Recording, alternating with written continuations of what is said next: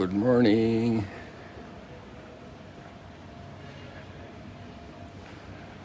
Just a little tour around the lobby. I didn't want to speak out loud because somebody was asleep on a couch. And here we're going to go out, as I promised yesterday, to our synagogue, because the perspective of seeing the sun disk this morning is very remote. Good morning.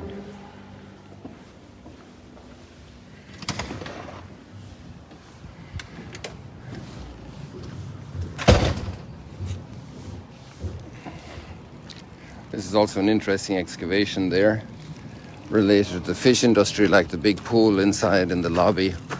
That's a reduced version of the pool we found under the future restaurant we're still working on. So here we are near our synagogue here this morning with its amazing mosaics,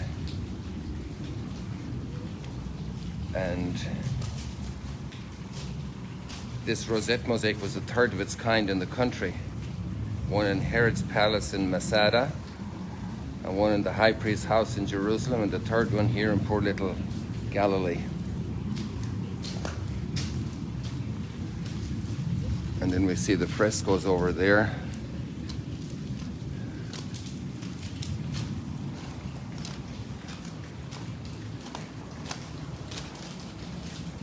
This is the market area. See how it's all waterlogged from the heavy rain.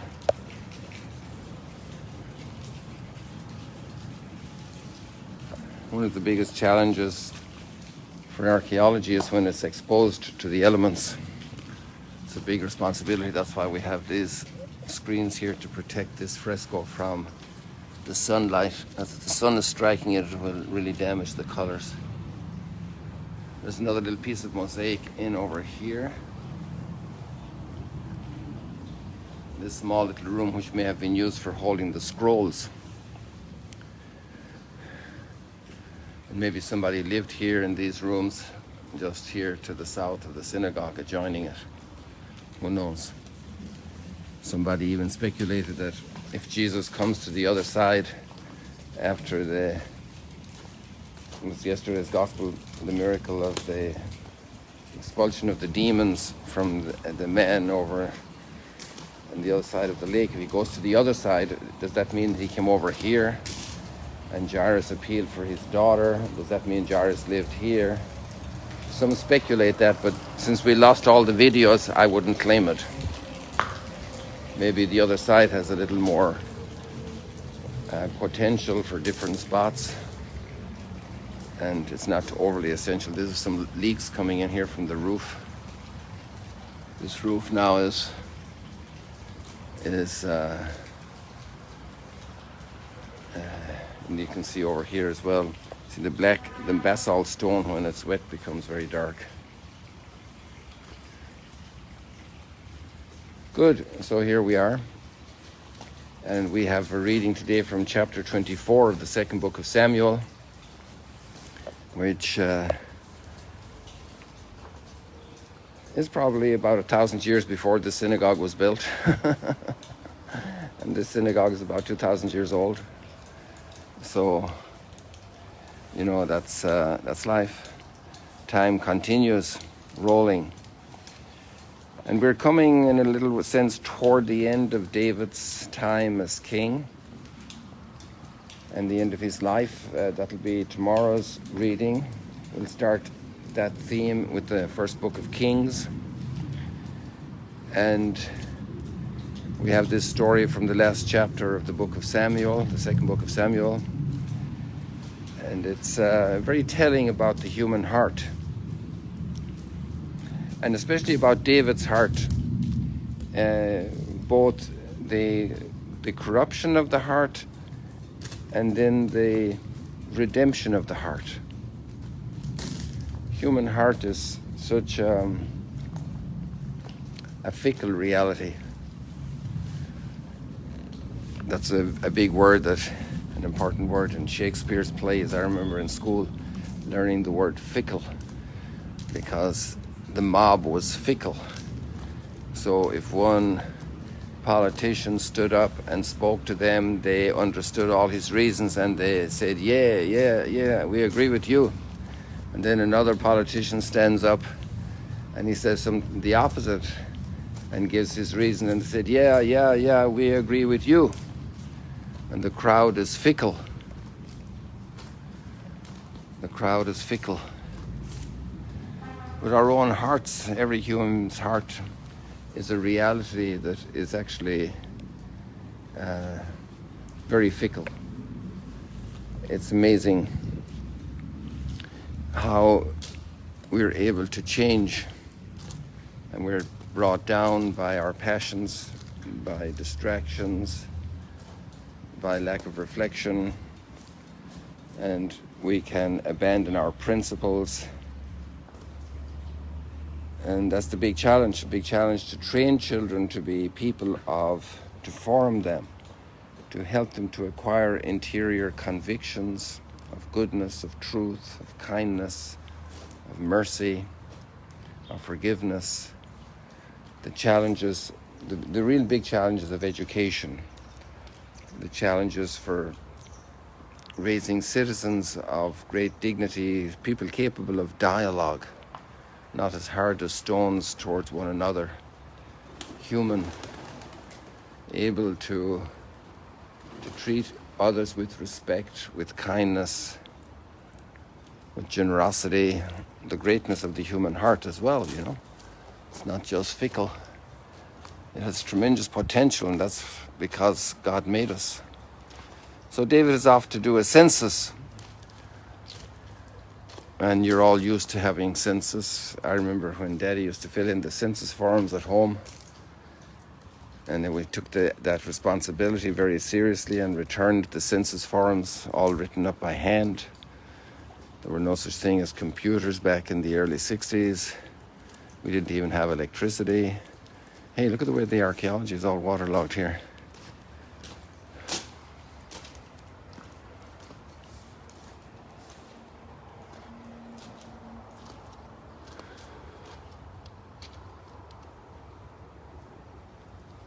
We must have had a lot of rain last night. It's dry now. Eased off. So what's the problem with doing a census? It becomes a great crime. David admits it. What's the problem of doing a census? Well, basically, when a king does a census, he's ousting God in a way. And let me show you how. You remember when the people were asking Samuel to give them a king, and Samuel resisted because, you know, it's not like discovering the wheel, you know. It's already discovered. People are aware what happens with power. Power corrupts. Absolute power corrupts absolutely. And actually we were given power. We were given power over the universe, dominion, to exercise dominion. I'm finding that to become a favorite theme of reflection, because we should exercise dominion, but what is the nature of our dominion? What is the nature of our dominion? And what does our dominion do for us? And our dominion needs to express our dignity, but not to enslave others, not to use others. In some cultures, there's the ability to apply the word use to people. Oh, I want to use this fellow to do this. You can never use people. You can use wood to make a nice railing. You can use a hammer. You can use a car. You could use an investment policy you have, an insurance policy as leverage to do some other financial move. You can use a stone to make this thing here. You can use cement. You could use trees to embellish this avenue. Beautiful work. We can never use people, because people are in the way we say it philosophically, people are ends in themselves. People are not for any other use or purpose than for themselves in God's presence, giving God glory. And even God doesn't use people. I think we need to review how we use that word, use in relation to people. Oh, by the way, people, we had a bus yesterday, and guess who was on the bus? About 15 tour operators who had come here from where? From Brazil, from El Salvador, from the US, and I just be guessing at this point, I'm not certain, but like there were 5 or 6 countries, and they were here for a week, and they had no problems in the airport. And then one of them followed me on Instagram this morning, and I realized that, and they put up a post yesterday and said that the authorities here have just announced that next week there are 30,000 people coming into Ben Gurion. 30,000 people coming in to Ben Gurion. So God willing, tourists and pilgrims can come back again.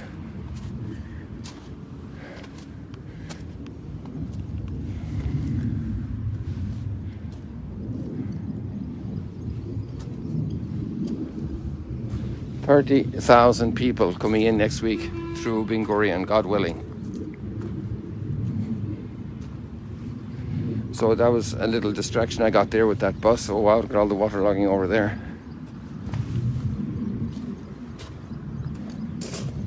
So help me to go back on track here, people. So the whole idea of dominion, and so this pipe is very useful, we can use it, but we can't use people. And once people were, in the olden times when census were made, it was to raise an army. And why would you raise an army? To go out and get more turf. And you could tax them. So it's about taking stuff. And dominion, the way we exercise dominion reveals how we see ourselves. If we're just there for more stuff, or if we have the dignity of children of God. And if we use our dominion to crush other people, then we are also misusing all the creatures we use, because they were never made to crush people, they were made to serve people. And we're misusing economies, we're misusing machinery, we're misusing information. We can never crush people, because the person is the highest dignity. And the best way to control, let's say to have dominion over public life, is to have strong citizens who know their dignity, that they're not a piece of just material, that they are children of God, that they are made in the image and likeness of God. But not everybody has the character to stand up for human dignity, because sometimes we might not like to forfeit our sausages or our bread in circuses. And so it's easy for systems to evolve, even in democracies where we have claimed a tremendous capacity of every individual counting in helping to discern public policy, the common good, to raise up people who are able to say no. And in fact, there's more to that chapter. If you read it, you will see the struggle of humanity trying to understand God's will. And you'll see Job, he was against having the census, but David insisted. And Job carried it out because he was following orders of the king. And then David repented, because he shouldn't have done that. And then there was punishment.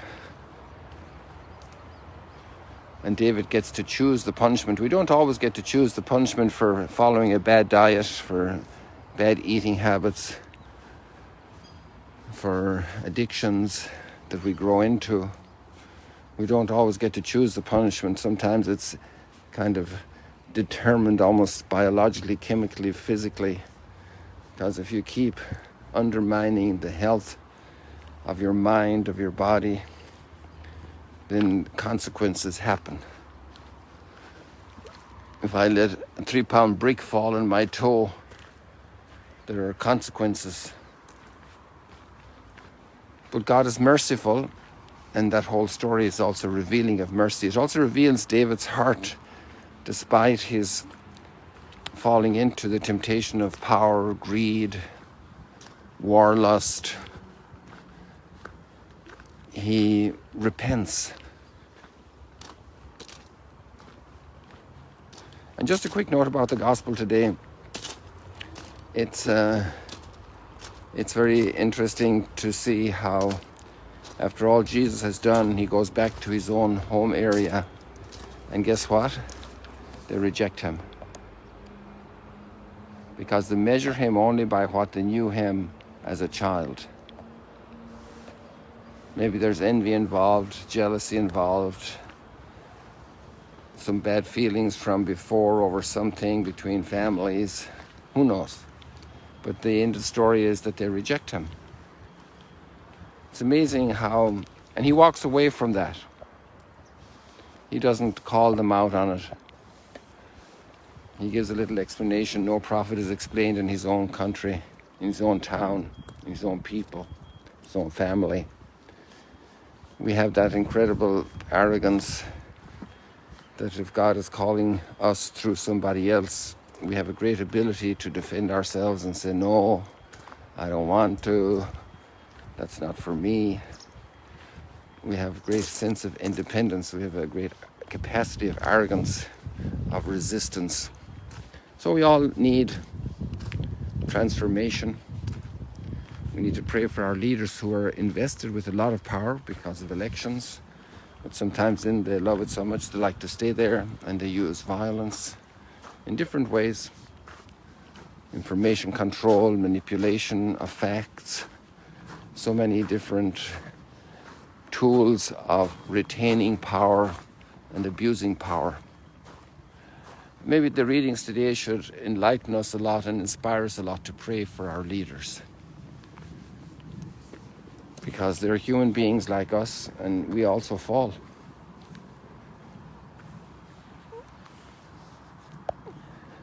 Maybe we can all learn mercy today and pray that God's grace will move hearts. People, I think we'll leave it like that for today. God bless you. See you later, alligators, as Mount Arbel gets greener and greener by the day.